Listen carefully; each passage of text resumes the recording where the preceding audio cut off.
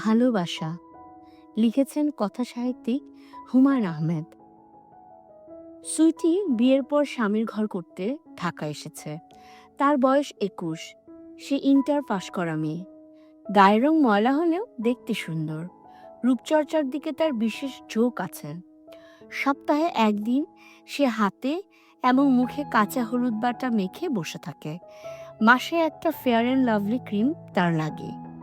সুইটির স্বামীর নাম আবুল কাশেম। সে ঢাকায় ব্যবসা করে। কি ব্যবসা সুইটি জানে না। মাসের শুরুতেই মানি অর্ডারে তার নামে ৭০০ টাকা খাত খরচা আসে। এতেই সে খুশি। স্বামীর সংসার করতে আসার সময় সে কিছু উদ্বেগের মধ্যে ছিল, হাত খরচের টাকাটা বন্ধ হয়ে যায় কিনা। আবুল কাশেম কাউরান বাজারে ২ কামরার ঘর ভাড়া নিয়ে থাকে। সুইটি স্বামীর সংসার দেখে ধাক্কার মতো খেল। ঘরে কোনো আসবাব নেই, দুটো তোশকের উপর শোবার ব্যবস্থা, কাপড় রাখার আলনা নেই, দড়িতে কাপড় ঝুলিয়ে রাখার ব্যবস্থা, ড্রেসিং টেবিল নেই, বড় আয়না নেই। ক্ষণে ক্ষণে আয়নায় মুখ দেখা সুইটির ছোটবেলার অভ্যাস। আবুল কাশেম বলল, সংসার শুরু করেছি, আস্তে আস্তে হবে, মুখ ভোতা করে থাকবা না। সুইটি বলল, আয়না ছাড়া মুখ দেখবো কিভাবে? আবুল কাশেম বলল, বাথরুমে আয়না আছে, মুখ দেখতে চাইলে বাথরুমে চলে যাবে। সুইটি বলল, বাথরুমের আয়নায় তো কিছুই দেখা যায় না। কিছুই না দেখা গেলে আমি রোজ শেভ করি কিভাবে? এইটা লাগবে, সেইটা লাগবে বলে আমাকে অস্থির করবা না। এমনিতেই ব্যবসা বাণিজ্য নিয়ে বিরাট টেনশনে আছি। সুইটি বলল, রান্নাঘরে কোনো হাঁড়ি পাতিলও তো নেই। আবুল কাশেম বলল, রান্না নিয়ে চিন্তা করতে হবে না, হোটেলের সঙ্গে ব্যবস্থা করা আছে, ৩ বেলা খানা চলে আসবে। আমি কিছু রাঁধবো না? রাধ হয় কিছু জানো? খামাখা চাল। একটা জিনিস রান্না মুখে দিতে পারবো না, হবে ঝগড়া। আমি ঝগড়ার পাবলিক না, বিরাট চিন্তায় থাকি। আমার দরকার শান্তি, বুঝেছো? আবুল হাশেম বিরাট চিন্তায় থাকে। এটা সুইটির মনে হলো না। যে মানুষ এত চিন্তায় থাকে সে সারাদিন ঘুমাতে পারে না। সকালের নাস্তা খেয়ে খবরের কাগজ পড়তে পড়তে সে ঘুমিয়ে পড়ে। দুপুরের আগে তার ঘুম ভাঙে না। ব্যবসার কাজে সে সপ্তাহে ১-২ দিনের বেশি বের হয় না। কিরকম ব্যবসা কে জানে। একদিন সুইটি জিজ্ঞেস করেছিল। আবুল কাশেম খবরের কাগজ পড়তে পড়তে বিরক্ত মুখে বলেছে, কিসের ব্যবসা জেনে কি করবা? ব্যবসার পার্টনার হবা? তুমি তোমার কাজ করবা, আমি করব আমার কাজ। সুইটি মিনমিন করে বলল, আমার আবার কি কাজ? আবুল কাশেম বলল, কাজের কি অভাব আছে? মুখে ক্রিম ঘষবা, চুলে তেল দিবা, চুল আঁচড়াইবা, আমি যখন ঘুমায় থাকবো তখন মাথা টিপ্পা দিবা, স্বামীর সেবা করবা। স্ত্রীর এইটাই সবচেয়ে বড় কাজ, স্বামীর সেবা। আবুল কাশেমের ব্যবসার পার্টনার হারুন নামের একদিন বাসায় এলো। ধূর্ত চেহারা, বেটে খাটো মানুষ, নীল রঙের পাঞ্জাবি পরে এসেছে। ক্ষণে ক্ষণে কারণ ছাড়াই পাঞ্জাবি দিয়ে নাক ঘষে। নাকের দুপাশে এ কারণেই হয়তো লাল হয়ে আছে। লোকটির চোখের দৃষ্টিও ভালো না। সুইটি লক্ষ্য করলো লোকটি কথা বলছে তার সঙ্গে, কিন্তু তাকিয়ে আছে তার বুকের দিকে, একবারও চোখ নামাচ্ছে না, এবং তার জন্যে তার কোনো অস্বস্তিও বোধ করছে না। আবুল কাশেম তার পার্টনারকে খুবই যত্ন করলো। মোবাইল টেলিফোন করে রেস্টুরেন্ট থেকে পরোটা কাবাব আনালো, মুরগির রোস্ট আনালো। আবুল কাশেমের মুখে সারাক্ষণই ওস্তাদ ওস্তাদ। সুইটি ভেবেই পেল না একজন পার্টনার অন্যজনকে ওস্তাদ কেন রাখবে। হারুন চলে যাবার পর সুইটি বলল, লোকটা ভালো না। কাশেম বলল, ভালো না বুঝলে কিভাবে? সুইটি গলা নিচু করে বলল, সারাক্ষণ আমার বুকের দিকে তাকায় ছিল। আবুল কাশেম বলল, কদুর মতো বুক বানিয়েছ, বুকের দিকেই তো তাকাবে, ঢেকে ঢুকে আসবা না। উনারে আমার পছন্দ হয় নাই। পছন্দ হওয়ার দরকার কি? তুমি তো তার সাথে বিয়ে বসবে না। সুইটি কাঁদো কাঁদো গলায় বলল, এইসব কি কথা বলেন? আবুল কাশেম মুখের উপর পত্রিকা ধরতে ধরতে বলল, কান্দনের চেষ্টা করবা না, আমার কাছে চোখের পানির ভাত নাই। তারপরে যদি কানতে মন চায় বাথরুমের দরজা বন্ধ কইরা কান্দো। আমার কানে শব্দ না আসলে আমার দিলখোশ। বাথরুমে ঢুকে অনেক চেষ্টা করেও সুইটি কাঁদতে পারল না। তবে এই ঘটনার দিন 10 পরে সুইটি খুবই কাঁদল। পত্রিকায় আবুল কাশেমের ওস্তাদ হারুনের ছবি দেখে কাঁদল। হারুনকে পাবলিক পিটিয়ে মেরে ফেলেছে। সেই ছবি ছাপা হয়েছে। ছবিতে সে হাঁ করে আছে, চোখ খোলা, অবাক হয়ে কি যেন দেখছে। হারুনের মৃত্যু শোকে অধীর হয়ে সুইটি কেঁদেছে তা কিন্তু না। সে কেঁদেছে হারুনের মৃত্যু বিষয়ক খবরের শিরোনাম পড়ার পর। মলম পার্টির মূল নেতা হারুন মিয়া জনতার হাতে নিহত। হারুন মিয়া যদি মলম পার্টির নেতা হয় তাহলে তার স্বামী কি? সে তো তাকে ওস্তাদ ওস্তাদ ডাকতো। আবুল কাশেম কয়েকদিন ধরেই ঘরেই আছে, ঘর থেকে বের হচ্ছে না। তাকে দেখে মনে হচ্ছে না সে চিন্তিত। খবরের কাগজ পড়ে এবং ঘুমিয়ে সময় কাটাচ্ছে। মাঝে মাঝে চা খাচ্ছে। ঘরে এখন চা বানানোর সরঞ্জাম আছে। সুইটি চা বানাচ্ছে। তার চা নাকি ভালো হয়। আবুল কাশেম বলেছে, তোমার চা বানানোর হাত ভালো।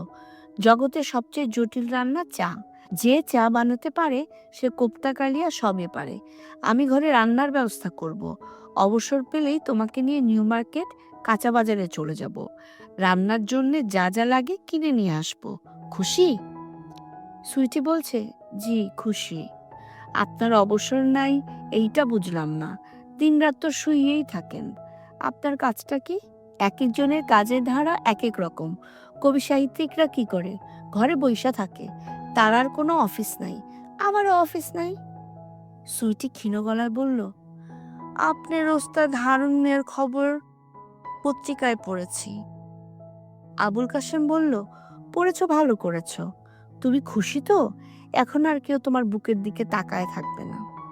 সুইটি বলল, কিছু মনে নিয়েন না। আপনিও কি মলম পার্টির লোক? আবুল কাশেম বলল, আমি মলম পার্টি না ট্যাবলেট পার্টি এটা জানা তোমার প্রয়োজন নাই। আমি স্বামী হিসেবে রোজগার করে তোমার হাতে দিব, তুমি খরচ করবা, সংসার চালাবা। সুইটি বলল, আমারে দেশে পাঠায় দেন। আবুল কাশেম বলল, সুটকেস গোছাও, আজই পাঠায় দিব। নিজে যেতে পারবো না, বাসে তুলে দিব। আগের মতো মাসে মাসে হাত খরচাও পাইবা, কোনো অসুবিধা নাই। এখন এক কাপ চা বানায় আনো, তোমার হাতের চা ভালো। সুইটির শেষ পর্যন্ত যাওয়া হলো না। বাপের বাড়িতে তার বাবাও নেই, মাও নেই।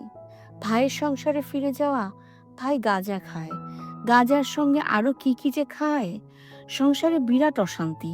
প্রতি রাতেই তাদের স্বামী স্ত্রীর ঝগড়া। একবার তার ভাই চেলাকাট দিয়ে ভাবির মাথায় বাড়ি দিল। মাথা ফেটে রক্তারক্তি, হাসপাতালে নিতে হলো। পুলিশ কেস হতে গিয়েও হয়নি, কারণ সুইটির ভাবি সবাইকে বলেছে কলঘরে পা পিছলে মাথা ফেটেছে। সেই সংসারে ফিরে যাওয়ার কোনো মানে হয়? আবুল কাশেম স্ত্রীকে রান্না বান্নার সব সরঞ্জাম কিনে দিয়েছে, এমনকি একটা প্রেসার কুকারও কিনেছে। একটা কাজের মেয়ে জোগাড় করেছে, নাম মিনু। মেয়েটির বয়স 12-13, কিন্তু বড়ই লক্ষ্মী, কাজে কর্মেও পাকা। বাসা ঝাড় দিয়ে মুছে ঝকঝকে করে রাখে। স্বামীর সঙ্গে সুইটির যথেষ্ট ভাব হয়েছে।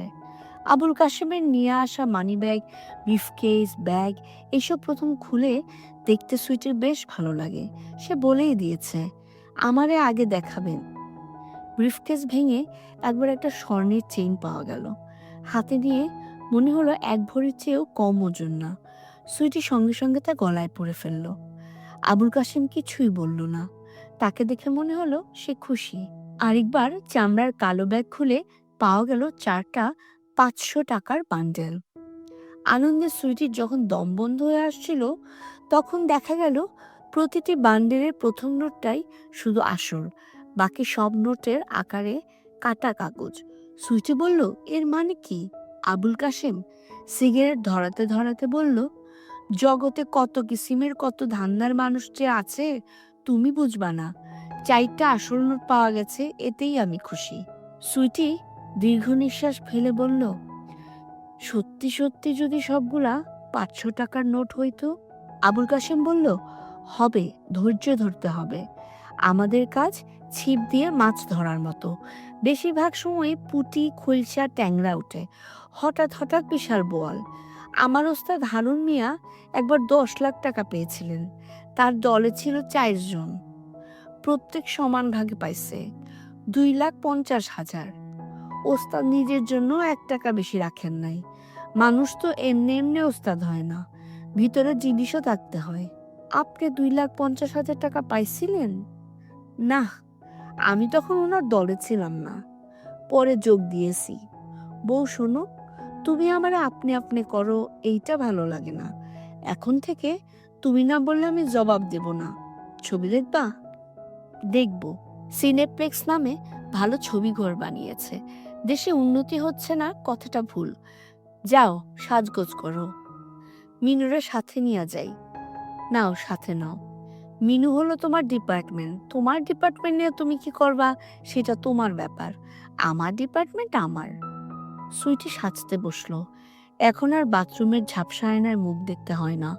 নতুন ড্রেসিং টেবিল কেনা হয়েছে। আয়নাটা বেশ ভালো। একটা মানুষ যত সুন্দর, আয়নায় তার চেয়েও সুন্দর লাগে। এটা হলো আয়নার গুণ। শ্রাবণ মাসের কথা। সুইটির সন্তান হবে। পরীক্ষায় পাওয়া গেছে সন্তান মেয়ে। সুইটি তার নামের সাথে মিলিয়ে মেয়ের নামও ঠিক করে রেখেছে, সুরভি। সুইটি এখন বেশিরভাগ সময়ই মেয়ের জন্য কাঁথা বানিয়ে কাটায়। প্রতিটি কাঁথায় নানান ডিজাইন এবং এক কোণায় লেখা মা সুরভি। রাত প্রায় 1টা। আবুল কাশিম রাতে বের হলে 11টার মধ্যে ফেরে, খুব দেরি হলে 12টা। আজ এত দেরি হচ্ছে কেন? সুইটি অস্থির বোধ করছে। মানুষটা মহাবিপদের কাজ করে। একটু 19-20 হলে জীবন নিয়ে টানাটানি। পাবলিক হয়ে গেছে পিশাচের মতো। মলম পার্টির একজনকে ধরেছিস, খুব ভালো কথা, পুলিশের কাছে দে, তোরা পিটিয়ে মেরে ফেলার কে? কোর্ট কাচারি হবে, তারপর সিদ্ধান্ত হবে। রাত 1:30টায় সুইটি নফল নামাজে বসলো। তার হাত পা কাঁপছে। একটু আগে একটি ছোট দুর্ঘটনা ঘটেছে। কাঁথা সেলাইয়ের একটি সূচ আঙ্গুলে ঢুকে রক্তারক্তি হয়েছে। এইসব লক্ষণ খুবই খারাপ। যে মানুষটা 12টার মধ্যে ঘরে ফেরে, সে কেন আসছে না? সুইটির কাছে একটা মোবাইল টেলিফোন আছে। অনেকবার সে টেলিফোনে যোগাযোগ করার চেষ্টা করেছে। যতবারই সে টেলিফোন করে ওপাশ থেকে একটি মেয়ে মিষ্টি গলায় বলে, সংযোগ দেওয়া সম্ভব হচ্ছে না, পরে আবার চেষ্টা করুন। সুইটির ইচ্ছা করছে মেয়েটাকে থাপড়াতে। আবুল কাশেম তাকে SMS করাও শিখিয়েছে। সুইটি 2টা SMSও করেছে। একটাতে লিখেছে, তুমি আসছো না কেন? আরেকটাতে লিখেছে, ভয় লাগছে, টেলিফোন করো। SMS-এরও কোনো জবাব আসেনি। সুইটি 10 রাকাত নফল নামাজ পড়ার জন্য দাঁড়িয়েছিল। 3 রাকাত শেষ হতেই আবুল কাসেম ঘরে ঢুকে বলল, মিনু গরম পানি দাও, গোসল করব। সুইটি নামাজ ছেড়ে উঠে পড়ল। পরে পড়লেই হবে। মানুষটাকে ঠিকঠাক মতো গরম পানি দেয়া দরকার। মিনু পারবে না। গোসল শেষ করেই সে ভাত খেতে চাইবে। তরকারি গরম করতে হবে। আজ তার পছন্দের রান্না হয়েছে, কলিজা ভুনা। ভাত খেতে খেতে আবুল কাশেম বলল, আজ ভালো বিপদে পড়েছিলাম। এক হারামজাদা মহাবিপদে ফেলেছিল, অল্পের জন্য রক্ষা পেয়েছি। সুইটি আতঙ্কিত গলায় বলল, ঘটনা কি? আবুল কাশেম বলল, হারামজাদা ব্যাগ, মোবাইল, মানি ব্যাগ, ঘড়ি সবই দিয়েছিল। চোখে মলম দিতে যাচ্ছি, তখন বলল, ভাই আপনার পায়ে ধরি, এই কাজটা করবেন না। আমি একটা কলেজের অঙ্কের শিক্ষক, তারপরেও আপনার পায়ে ধরছি। বলে সে সত্যি সত্যি পায়ে ধরতে এসেছে। আমার মনে মায়া হলো। চোখে মলম না দিয়েই CNG গাড়ি থেকে ধাক্কা দিয়ে তাকে নিচে ফেললাম। এমনই কপাল, তখন গাড়ি স্টার্ট হয়ে গেল বন্ধ। এইদিকে হারামজাদা কলেজের প্রফেসরটা শুরু করেছে চিৎকার, মলম পার্টি, মলম পার্টি। চারিদিক থেকে লোক আসা শুরু হয়েছে। সুইটি নিঃশ্বাস বন্ধ করে বলল, তুমি কি করলা? আবুল কাশেম বলল, আমি মানিব্যাগ আর মোবাইলটা পকেটে নিয়ে গাড়ি থেকে নামলাম। হারামজাদা প্রফেসরটারে ধরলাম। বললাম, ভাই কি হয়েছে? জায়গাটা অন্ধকার। সে আমি কে বুঝতে পারলো না, শুধু বলল, ওই গাড়িতে মলম পার্টি, এর মধ্যে লোক জমা হয়ে গেছে। আমার 2 অ্যাসিস্ট্যান্ট আর CNG ড্রাইভার গাড়ি ফেলে দিয়েছে দৌড়। তাদের পিছনে পাবলিক। ধরা পড়েছে? জানি না, আমি বেশিক্ষণ থাকি নাই, চলে এসেছি। সুইটি বলল, বিরাট ভুল করেছো, চোখে মলম দেওয়া উচিত ছিল। আবুল কাশেম বলল, অবশ্যই উচিত ছিল। সুইটি বলল, এরকম ভুল আর করবা না। আবুল কাশেম বলল, না, এই ভুল আর হবে না বউ, কলিজা ভুনা অসাধারণ হয়েছে। সুইটি স্বামীর পিঠে হাত রাখলো। ভালোবাসায় তার চোখ ভিজে উঠতে শুরু করেছে। ধন্যবাদ, ভালো থাকবেন।